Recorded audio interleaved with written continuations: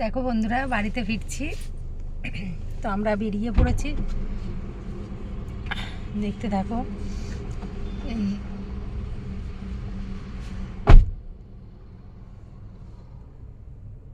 Bardhaman cross করেছে, তো আর বেশিক্ষণ লাগবে না, আর 1 ঘন্টা মতো লাগবে।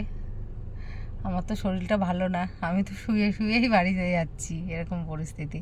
তো তেল নেওয়ার জন্য পেট্রোল পাম্পে দাঁড়ানো হয়েছে আমাদের, সেই জন্য ভাবলাম বন্ধুদের একটু শেয়ার করি। তো আজ তারাপীঠে গিয়ে মায়ের দর্শন করে এলাম, খুবই ভালো লাগছে, মনটা ভীষণই ভালো লাগছে। তো কে কে মায়ের ভক্ত জানিও। আমার ঘরেও তারা মা আছে, বড় তারা মার ছবি আছে। আমি আরও একটা নিয়েছি ডাইনিং রুমের জন্য, তোমাদের সঙ্গে শেয়ার করব, তোমাদের দেখাবো বাড়িতে গিয়ে কেমন হয়েছে। তোমরা সবাই কমেন্ট করে জানাবে। তো